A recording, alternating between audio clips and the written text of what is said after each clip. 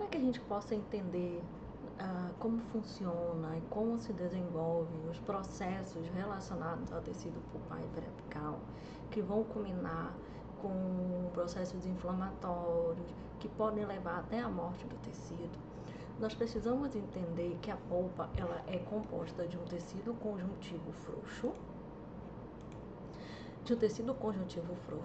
Esse tecido conjuntivo frouxo ele fica localizado no centro do dente e ele fica circundado por uma parede dentina. Essa parede de dentina ela não se expande, é uma parede rígida. Por isso, qualquer alteração que exista dentro desse tecido pode levar à morte do tecido pulpar. Então, a polpa dentária é um tecido conjuntivo de localização singular, enclausurado pelas paredes rígidas da dentina mineralizada. Uma vez que a endodontia se baseia no diagnóstico e no tratamento das doenças da polpa e suas sequelas, o conhecimento da biologia pulpar é essencial para o desenvolvimento de um plano de tratamento adequado. Então, a polpa dental ela tem como função primária formar tecidos. A polpa é responsável por induzir a formação do esmalte dental, da dentina, né? No tecido pulpar, nós vamos ter na periferia da polpa os odontoblastos. Esses odontoblastos, eles interagem com as células que ficam na camada do epitélio interno do órgão do esmalte, produzindo ali os ameloblastos. E há uma inter-relação, né? Os ameloblastos são estimulados pelos odontoblastos e vice-versa. E eles começam então a formar dentina e esmalte de maneira conjunta. Então, no interior do meu tecido pulpar, eu vou ter fibras nervosas que vão ser responsáveis pela percepção da dor. Eu vou ter vasos sanguíneos que são responsáveis pela regularização nutricional desse tecido, células de defesa, células mesenquimais indiferenciadas que podem se transformar em células para produzir novos tecidos enquanto a polpa estiver vital. Então, a polpa dental ela apresenta como função primária formar tecidos, fornecer suprimentos para os odontoblastos e induzir a formação de esmalte dentário. Então, nós podemos dizer que a polpa apresenta 4 funções principais: formação, nutrição, sensorial e defensiva. Quando o elemento dentário ele perde a vitalidade do tecido pulpar, ele perde também essas funções. Então, dentro da função formativa, nós temos células, como os odontoblastos, que são responsáveis por produzir dentina durante toda a vida do paciente, durante toda a vida do dente. Então, eles vão produzir dentina primária, secundária, terciária, enquanto esse tecido tiver vitalidade. A função nutricional, né, devido à sua rica vascularização, permite a entrada de nutrientes, oxigênio e a saída dos metabólicos, regularizando, mantendo aquele tecido em equilíbrio. Sensorial, através de fibras mielinizadas e amielinizadas que existem no interior do tecido. Então, elas também têm essa função de fazer a percepção. Porém, essas fibras, elas só são capazes de perceber a sintomatologia dolorosa. Elas não percebem outro tipo de sensação. A polpa tem ainda a sua função defensiva, tá? Através da resposta imunológica inflamatória e também dos odontoblastos que produzem dentina reacional frente a uma agressão. E como eu falei no início, a polpa ela tem algumas características, ela também envelhece. Então, é um tecido conjuntivo que, quando a gente é jovem, ele tende a ser mais mucoso. Quando nós chegamos à fase adulta, ele é mais frouxo. E quando nós chegamos à idade senil, né, quando nós envelhecemos, essa polpa também envelhece junto, ela vai se tornar um tecido conjuntivo mais fibroso. Então, a polpa ela é constituída por células que constituem tecido, componentes extracelulares, vasos sanguíneos e inervações.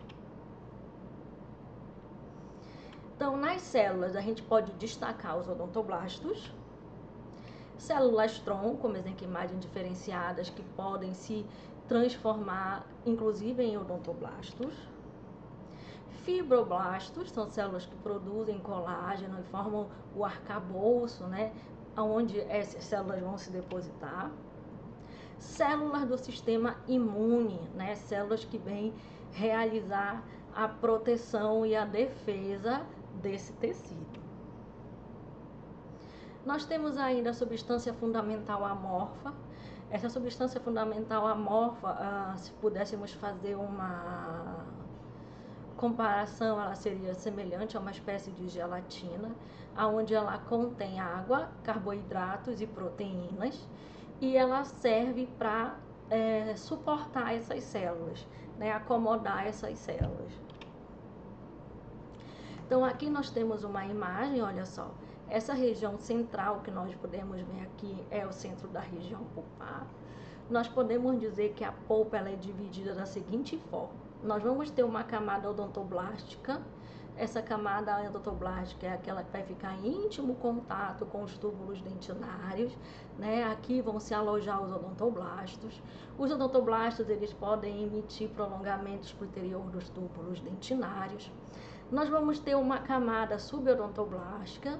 Nessa camada subodontoblastica vão se localizar, é também chamada de camada pobre em células, né? E a gente tem uma camada abaixo dessa camada odontoblástica, que é onde a gente vai ter a inserção das fibras nervosas e a inserção também dos vasos sanguíneos, né? Na periferia, a gente tem um perfil de fibras. Normalmente, nós vamos ter fibras da delta, formando o chamado plexo de Raskol, que se completa quando há completa formação do tecido pulpar. E na região central, nós vamos ter fibras amielinizadas, como as fibras C. Abaixo, a gente tem toda a massa do tecido pulpar. Ele é um tecido conjuntivo, tá? Ele vai ter vasos sanguíneos, células de defesa. Quanto mais velho, mais fibroso ele será. Então, dentre os vasos sanguíneos, a polpa ela é um tecido ricamente vascularizado e a comunicação principal do tecido pulpar é através do forame apical. Apesar de que anatomicamente a gente sempre pensa, né, a gente sempre trabalha com um sistema de canais radiculares, e mesmo a polpa tendo canais laterais, acessórios, secundários, a principal via de chegada desses nutrientes é através do forame apical, através dos vasos sanguíneos que entram através desse forame. Então, nós vamos ter arteríolas chegando até aqui, trazendo sangue, oxigênio, nutrientes, e vênulas realizando, né, a captura desses metabólitos e levando de volta, né, tirando do interior da polpa aquilo que não interessa mais a ela. Além disso, a gente também tem vasos linfáticos que fazem toda a parte de drenagem de excesso de líquido intersticial que possa permanecer no tecido. Então, nós vamos ter as artérias. As artérias vão, obviamente, se reduzir em arteríolas, né, e meta-arteríolas, até chegar a se unir. Essas meta-arteríolas elas vão se reduzir ainda mais, formando capilares, e esses capilares vão se unir na região do plexo odontogênico, na região da camada subodontoblástica. As veias e as vênulas também brenetam pelo ápice e elas aparecem na região central da polpa. Elas são maiores em volumes do que as arteríolas e são responsáveis por remover todos os detritos que não são de interesse para o tecido pulpar. Então, os vasos sanguíneos, aqui a gente pode ver, eles se localizam nessa região subodontoblástica aqui, ó. Aqui nós podemos ver um vaso sanguíneo cheio de hemácia, nessa outra imagem aqui também. Aqui nós temos, olha, um vaso mais circular, cheio de hemácia, aqui nessa região. Então, as arteríolas, os capilares, eles vão levar, né, o nutriente, vão levar oxigênio. E as vênulas, elas fazem a drenagem, elas removem, né, todo o excesso de metabólitos que não interessam para o tecido. Aqui é só para mostrar para vocês um emaranhado interessante, né? Um desenho esquemático, que é um esquema da vascularização pulpar. Células musculares lisas que circundam os vasos e esfictas capilares, controlam seletivamente o fluxo sanguíneo, fazendo com que haja comunicação artério-venosa, né, e ultrapassam os leitos capilares. Então há um emaranhado, né, para que haja essa troca, né, de nutrientes. Em relação às fibras nervosas, né, nossas fibras nervosas que fazem a inervação do tecido pulpar, elas vêm do nervo trigêmeo, né? Então elas saem aqui do gânglio trigeminal e elas vão passar pelos forames apicais de cada elemento dentário. E eu vou ter fibras mielínicas e amielínicas que vão formar o chamado plexo de Raskol.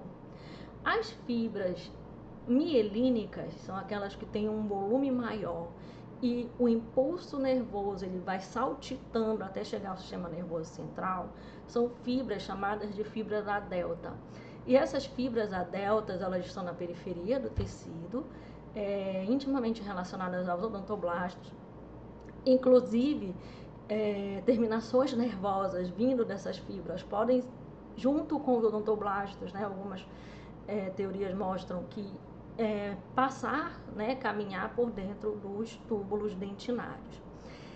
Essas fibras amielínicas têm a resposta, essas fibras mielínicas, perdão, elas têm uma resposta mais rápida. Então a resposta ao estímulo nervoso, né, a resposta chega mais rápido ao cérebro. Então o estímulo a ele é percebido como uma dor aguda, né, provocada de alta intensidade, mas quando eu removo o agente estimulante, normalmente a dor tende a passar. Nas fibras amielínicas, são fibras de maior calibre. Essas fibras elas não têm barreira de mielina, logo o impulso nervoso ele tem que passar por todo o trajeto do fez até chegar ao sistema nervoso central. Elas estão no centro do tecido e normalmente a manifestação dolorosa que ela me apresenta é quando eu já tenho uma lesão envolvendo o tecido pulpar mais profundamente, normalmente uma lesão irreversível. Então a gente vai ter, né, o nervo trigêmeo liberando as fibras para o interior da polpa, formando o plexo de Raskol na camada subodontoblastica. Nós vamos ter as terminações nervosas livres. Essas terminações nervosas livres, elas saem da periferia e estão em contato com os odontoblastos. Então, as fibras mielínicas A delta, elas apresentam uma dor rápida e tem uma condução rápida dos estímulos. E as fibras amielínicas, são as fibras C, elas têm uma velocidade lenta de condução. Então, quando a gente tem aquela dor aguda, lancinante, de pouca duração, é porque as fibras A delta estão sendo estimuladas. Então, a gente costuma dizer que é uma dor dentinária, né? Porque são as fibras A deltas que estão sendo estimuladas nesse processo. Já a dor da polpa seria aquela dor relacionada com a fibra C, que é a fibra mais central, que já mostra um grau de destruição pulpar muito grande, que é uma dor surda, pulsátil, permanente, imprecisa e difusa, porque são as fibras C, as fibras da polpa agora que estão sendo as fibras mais profundas que estão sendo sensibilizadas. Então aqui a gente pode mostrar para vocês, olha só, essa fibra mais calibrosa aqui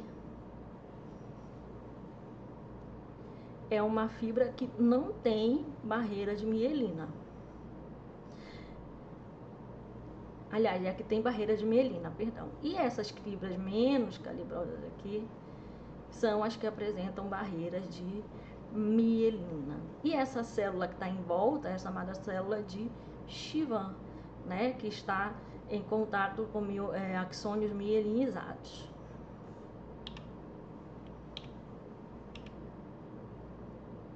Então, quais são os mecanismos que a polpa tem para se defender? Então, a polpa ela pode usar desde a formação de dentina reparadora, esclerose dentinária e inflamação. A reversibilidade desse processo está diretamente relacionada à remoção dos agentes agressores, ao potencial de reparação da polpa e ao estado geral do paciente. Então, em relação ao tecido periapical, né, que não deixa de ser uma continuidade do tecido não seria uma continuidade do tecido pulpar, porém tem uma íntima relação. Então, o tecido periapical, nós temos o cemento, que vai envolver e revertir a raiz, o ligamento periodontal e o osso alveolar, né, que são os tecidos de sustentação. Então, aqui nessa imagem eu posso destacar para vocês, olha só, o osso alveolar, né, aqui, ó, em volta do dente, tá? O ligamento periodontal, que está entre o osso alveolar e o dente, e o que estaria revestindo a raiz, né, seria o cemento. Então, aqui eu tenho osso e cemento, e as fibras, elas estão aonde? Inseridas no osso e no cemento, dando sustentabilidade a esse tecido. Quando eu tenho algum processo inflamatório no tecido pulpar, e esse processo ele não é tratado previamente, a tendência é que essa inflamação ela venha progredindo, ou ela vai levar à morte da polpa, ou essa inflamação pode se estender para essa região do periápice. E isso vai levar a um espessamento desse ligamento, que a gente pode inclusive visualizar em imagens radiográficas. Então aqui a gente tem, olha só, esse aqui na verdade é o osso, o cemento está aqui desse lado, o ligamento periodontal e aqui o osso alveolar. Então aqui eu tenho o osso, tá? Essa setinha ela ficou um pouquinho distorcida, é para ela ficar bem aqui, ó. Nessa extremidade aqui eu tenho o cemento. Isso aqui são, olha, osteoblastos, tá? Esse osso ele pode produzir o osso quando é necessidade. E aqui eu tenho o ligamento periodontal. Então o ligamento periodontal ele vai se inserir do osso ao cemento que está revestindo toda a estrutura dentária.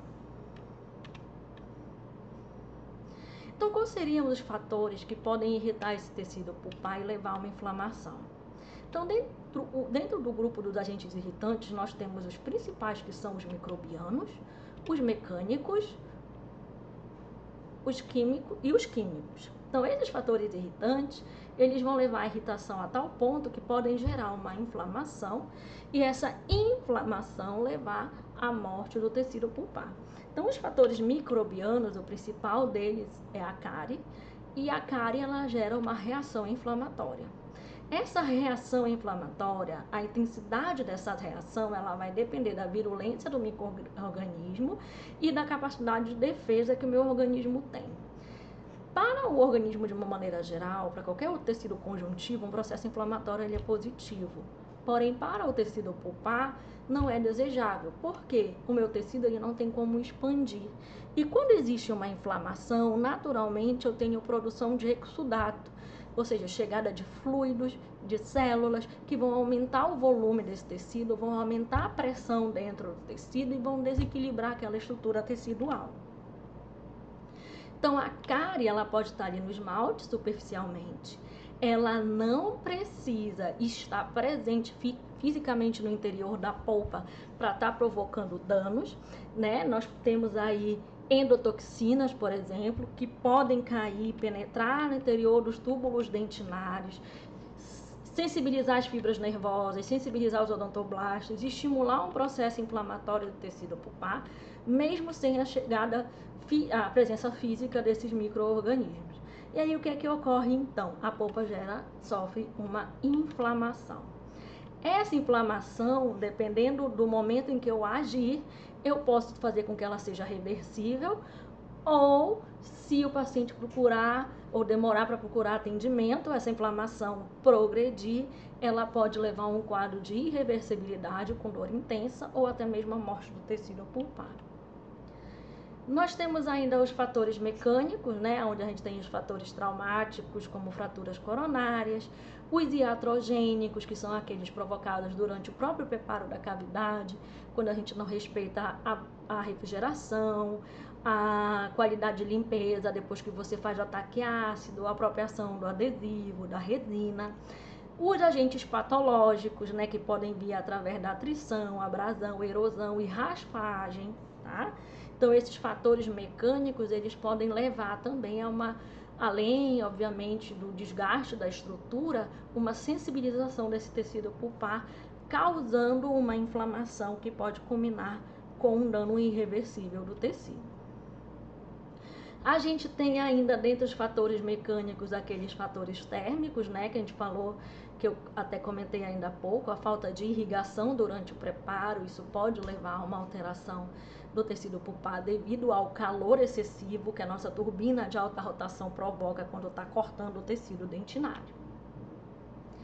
Fatores químicos, aí a gente pode incluir ácidos, materiais à base de resina composta e outros tipos de materiais que a gente pode colocar dentro da cavidade pulpar e, dependendo da profundidade, da amplitude dos túbulos dentinários, levar a uma reação inflamatória do tecido. Então, pessoal, o nosso tecido pulpar, ele é um tecido ricamente vascularizado, é um tecido que é responsável pela nutrição, é responsável pela defesa, pela regeneração do tecido, é um tecido que tem funções importantes, que quando ele se perde ou quando ele é lesionado de maneira irreversível, a gente é obrigado muitas vezes a removê-lo. Removendo o tecido pulpar, o dente naturalmente vai ficar mais fragilizado. Ele permanece em função, caso seja feito o tratamento endodôntico e a reabilitação, porém naturalmente é um dente que vai se tornar mais fragilizado. Então, na próxima aula, a gente vai falar sobre as patologias que podem ocorrer frente a essas agressões nesse tecido pulpar.